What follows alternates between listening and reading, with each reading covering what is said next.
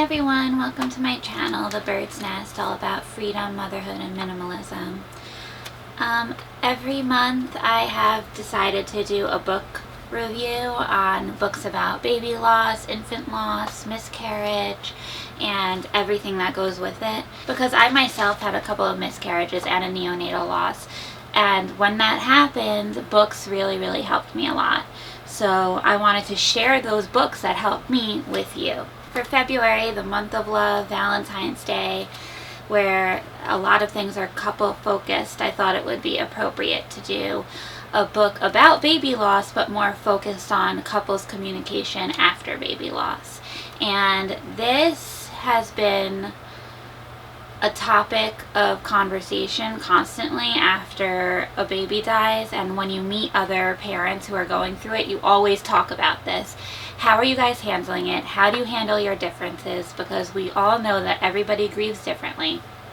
So how is your partner doing? How are you doing? How are you communicating together? Some people don't make it through, and that's really rough because, as you'll find out in this book, everybody grieves differently, and this explains kind of why and how to understand the other person. This book was written by a man and a woman. They're not a couple. They are friends. So him and his wife met the other couple after their baby died at baby loss support groups. So Tim and Cherokee both wrote this book, and it's basically the stories of each of their partnerships and from their perspective. So from Cherokee, the woman's perspective, and from Tim, the man's perspective.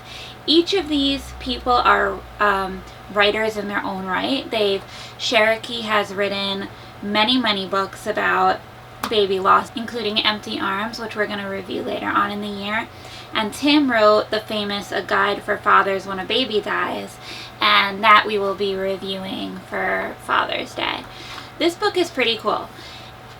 A lot of books about baby loss are either like the baby's story, like a novel about the story of the baby, or tips and tricks on how to handle when it happens, after it happens, the bad things people say. But this one is much more specific.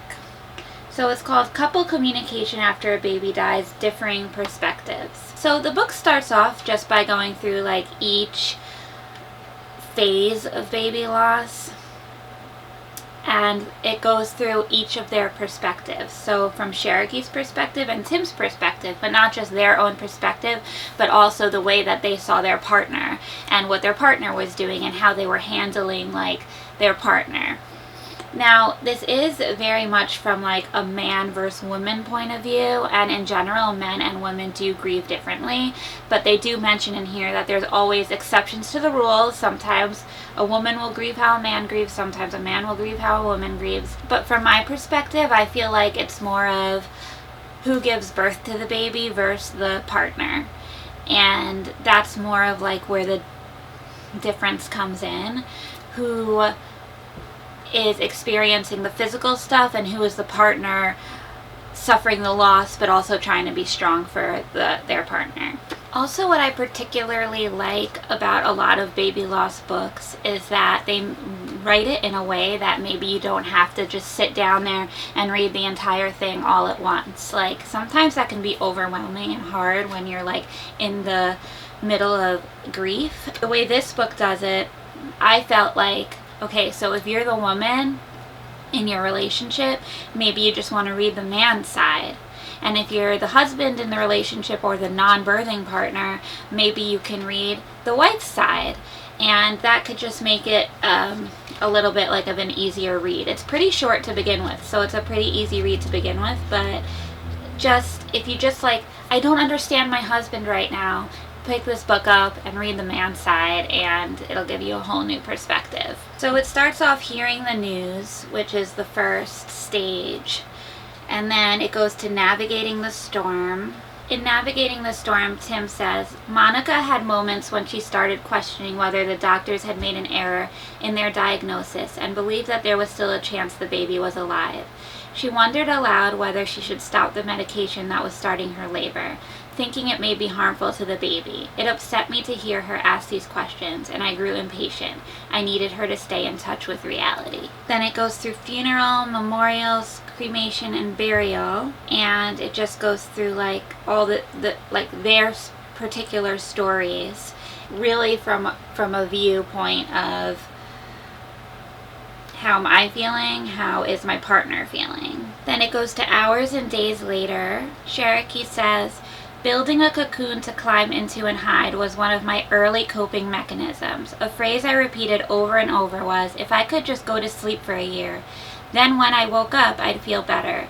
Yet sleeping was something I found difficult most of the time. Then it goes to other children at home, and they explain like how sometimes that can be helpful because they can be a distraction, but also a distraction can sometimes be harmful because sometimes when you just want to wallow in your grief, which is really important sometimes to just feel your feelings, it's hard to do that with other children around that you need to be present for.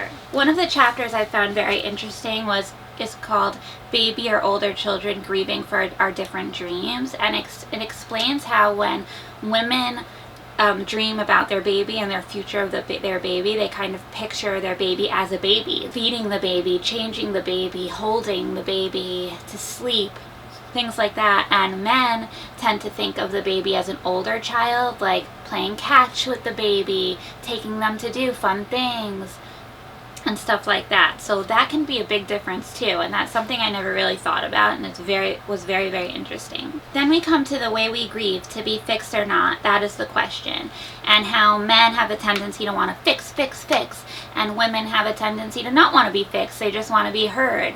So I feel like this particular chapter can be extremely, extremely helpful if you're having difficulties communicating with your spouse about baby loss, because like it's innate in a lot of men to just want to fix things, and they have to understand that that might not be the answer for you, but you also have to understand that that's just like in their nature. Tim says, I found it difficult when Monica seemed to be sad for too long.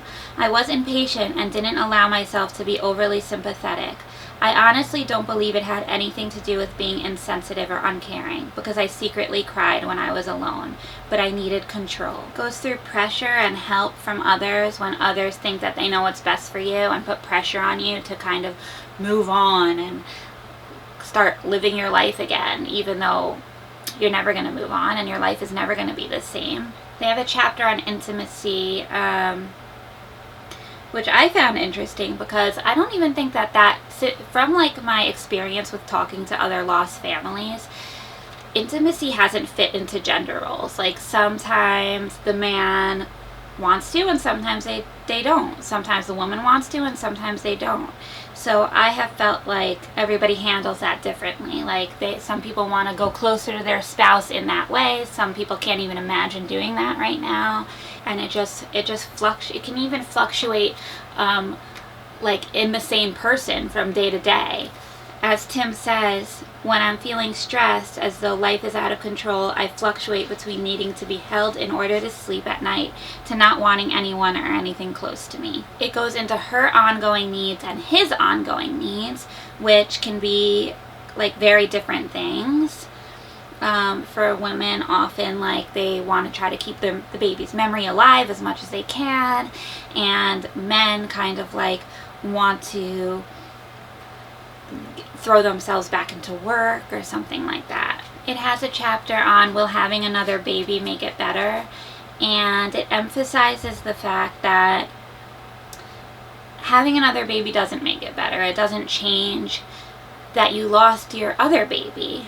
But in this book, the Cherokee explains that getting ready to have another baby did help because it occupied her mind.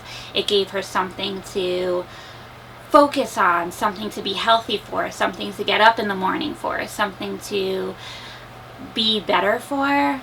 So that in and of itself helped. I always think like if somebody's like, oh, well, you can have another baby, kind of like that'll make it all better. In my mind, it's like, okay, so let's say you have 2 living children right here and somebody tells you to pick, like, what are you gonna pick? And does it matter if you pick? Because you'll be happy because you have another baby, so who cares? Like, that's what it's like. Like, nothing's gonna replace the baby that you lost. Another baby will not replace the baby that you lost. That baby is that baby, and that baby is lost. That baby is not here anymore, and that is not going to change even if you have another baby.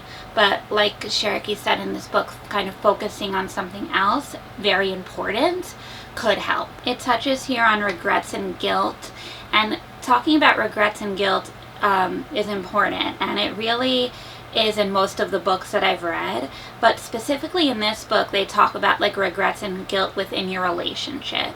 So like what you regretted doing and how you regretted being to your spouse, and the guilty feelings that you have and how you treated your spouse after your baby died. Cherokee says, so I waited for David to bring Brennan's name up. I'd wait and wait, but not tell him that I wanted him to broach the subject. Probably he was relieved and hopeful that it might finally be an ordinary night where we talked about life, future, work, or anything but the elephant in the room, Brennan. I would get angry at him for not bringing it up. Obviously he had moved on and didn't care any longer, I thought. Maybe he didn't even love Brennan as much as I did. Like I said, these were dangerous, destructive games I was playing, which I now regret. It goes through spirituality, faith, and forgiveness. It does talk a lot about spirituality. I think that they are very religious, both of them. When I read religious things, since I'm not that religious, I always substitute like religious, which is like the universe and how the universe works, because I think that they can be interchangeable.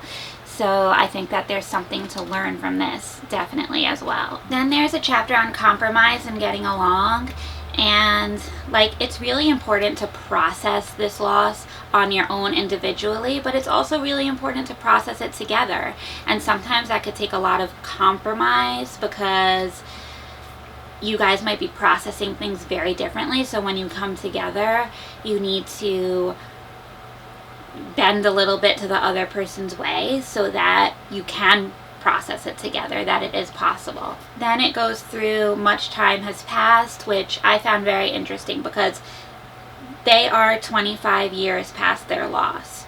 So some of us are really early in our loss, especially compared to that. And we might be thinking like, where will I be in 25 years? How will I feel? What's the world gonna look like for me? And this might leave like a little bit of insight into that, and also how they keep their baby's name alive and all of that stuff, which is really important. We established a tradition on Kathleen's first birthday of going to the tree we planted in her memory, releasing balloons, and then going out to dinner. That ritual is still going strong 25 years later. Even though the party format continues to evolve, I was always proud of the fact that our 4 living children never questioned keeping that custom alive, even when in high school, playing sports, juggling boyfriends and girlfriends, or keeping up with homework. There is something very symbolic of the love that lives on in all our hearts when seeing your teenage football player standing in a public park holding a pink balloon, obviously to the stares he garners from passerbys. So that's where their 2 perspective ends, and then there's a couple of pages on other couples' differing perspectives where they kind of like interviewed other couples, and they go through like each subject with them. And it's just a few pages of that and kind of advice from these couples and how they handled being in a marriage or relationship or partnership after their baby passed. And then the end has 2 poems that were really nice.